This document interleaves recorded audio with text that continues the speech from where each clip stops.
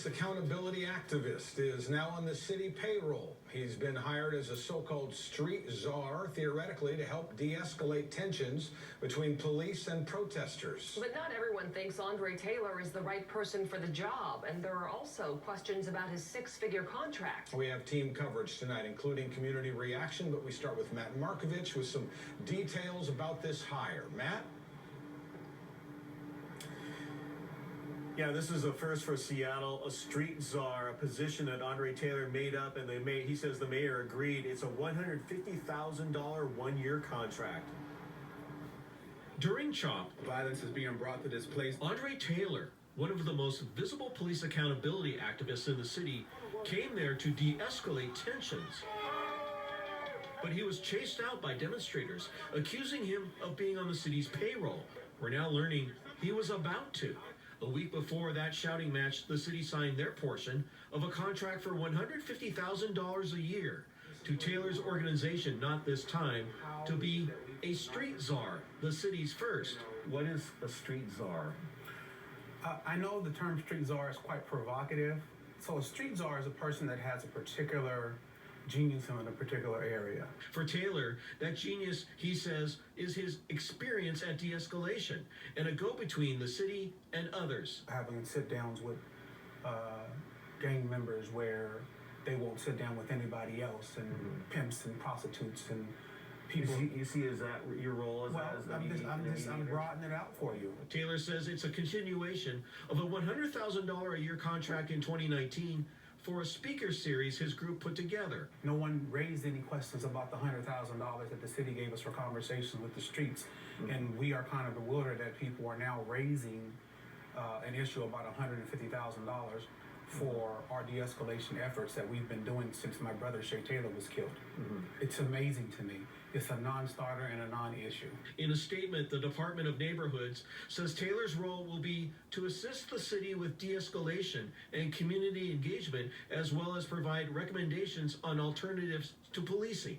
Me as a black man have the right to be paid for my genius or for whatever my organization can provide. Black people as a whole have not been in a place to be compensated for their genius or their work for a very, very long time. We asked the mayor's office to respond to our questions. The office referred to me to the Department of Neighborhoods, which did not answer our questions. Taylor says he's looking forward to the job. He'll be considered an independent contractor and consultant to the city. In Seattle, Matt Markovich, KOMO News. Thank you, Matt. One thing for sure, the hiring of Andre Taylor as a street czar came as a surprise to everyone we talked to today. That goes for those who think he's perfect for the job and those who insist he should never have been hired. KOMO's Michelle Esteban is on Capitol Hill near the East Police Precinct, the epicenter of the protests, where she found mixed reaction tonight. Michelle? Absolutely. You know, for people who live and work in the area, the position and the pay really did catch them off guard, but all of them say, hey, this is action, and this could lead to positive change, so they like it. But the protesters, the ones that you may recall that occupied the CHOP protest zone, which was right here outside the police precinct, they are outraged. She can hire Andre Taylor. She can hire Jesus. It's not going to stop. Chris Hunt, who's been protesting for police reform, insists spending $150,000 to hire a street czar is misguided and misdirected. I'm telling you, Jenny, it's not going to stop until you change what's going on with these police. I personally think that that's a gross misappropriation of funds from the city. It's not just the money, it's the man the city hired, Andre Taylor. They don't want Andre Taylor to speak for them. Mark Anthony and David Lewis were part of the CHOP occupation and said there was bad blood with Taylor because they didn't think he approved of the CHOP zone.